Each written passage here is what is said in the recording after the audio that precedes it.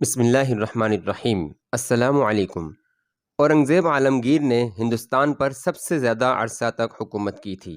انہوں نے 48 سال حکومت کی۔ اورنگزیب عالمگیر کے دور میں ہندوستان دنیا کا امیر ترین ملک تھا اور دنیا کی کل ڈی جی پی کا 1/4 حصہ پیدا کرتا تھا، جبکہ اسی دوران انگلستان کا حصہ صرف 2% تھا۔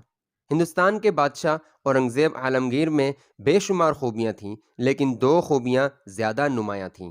ان کی پہلی خوبی ایمانداری تھی۔ وہ بادشاہ ہو کر بھی اپنے ذاتی اخراجات قرآن مجید کی کتابت کر کے اور ٹوپیاں سی کر پورا کرتے تھے، اور ان کی دوسری خوبی ان کی یادداشت تھی۔ وہ ہزاروں لوگوں کو ان کی شکل اور آواز سے پہچان جاتے تھے۔ ایک بار ایک بہروپیے نے اورنگزیب عالمگیر سے کہا کہ جناب، سب کہتے ہیں کہ آپ کی یادداشت بہت اچھی ہے، آپ جسے ایک بار دیکھ لیں اسے اگلی بار ضرور پہچان لیتے ہیں، لیکن اگر میں آپ کو دھوکہ دینے میں کامیاب ہو جاؤں تو آپ مجھے کیا دیں گے؟ بادشاہ نے کہا، جو تم چاہو تمہیں مل جائے گا۔ وہ بہروپیہ چلا گیا۔ چند ماہ بعد وہ تاجر بن کر دربار میں داخل ہوا۔ بادشاہ نے اسے فوراً پہچان لیا۔ 2-3 سال بعد وہ سفیر بن کر دربار میں آیا۔ بادشاہ نے اسے اس بار بھی پہچان لیا۔ وہ دربار سے نکلا اور حیدرآباد دکن چلا گیا اور وہاں ایک پہاڑ پر درویش بن کر بیٹھ گیا۔ وہ سارا دن اور ساری رات عبادت کرتا رہتا۔ تھوڑے عرصے بعد وہ پورے علاقے میں درویش مشہور ہو گیا۔ شروع میں علاقے کے لوگ اس کے پاس آنے لگے، پھر حیدرآباد کے امراء اور رئیس اس کے پاس پہنچ گئے، پھر دلی کے دربار کے وزراء وہاں آنے لگے، اور ایک دن اورنگزیب عالمگیر بھی اس کے حجرے میں داخل ہو گیا۔ بادشاہ اس سے مل کر اس کی شخصیت سے اتنا مرعوب ہوا کہ اس کے پاؤں میں بیٹھ گیا۔ بہروپیے نے بادشاہ کو جب پاؤں میں بیٹھا دیکھا تو اس نے قہقہہ لگایا اور بولا، جناب، آپ نے مجھے پہچانا؟ اورنگزیب بولا، نہیں۔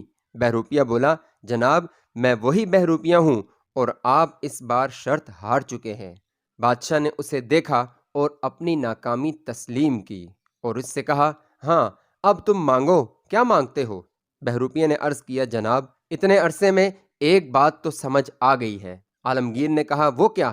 اس نے کہا کہ میں جھوٹے سے اللہ کا نام لینے بیٹھا تھا، لیکن اللہ نے میرے فریب کو بھی اتنی اہمیت دی کہ آپ جیسے بادشاہ کو بھی میرے قدموں میں بٹھا دیا۔ میں سوچنے پر مجبور ہو گیا کہ اگر سچے دل سے اپنے اللہ کو یاد کروں تو آپ تصور کیجئے کہ اللہ تعالیٰ مجھے کیا کیا نہیں دے گا۔ بہروپیے نے یہ کہا، بادشاہ کو سلام کیا اور جنگل میں نکل گیا۔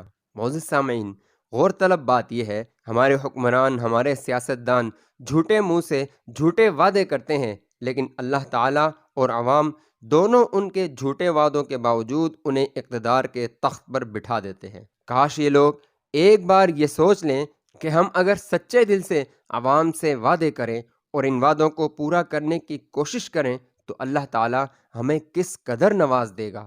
کاش یہ لوگ ایک لمحہ کے لیے یہ جان لیں کہ اللہ تعالیٰ کی بارگاہ میں جھکنے والا سر انسان کو ہر بت اور ہر بت کی دہلیز سے آزاد کر دیتا ہے۔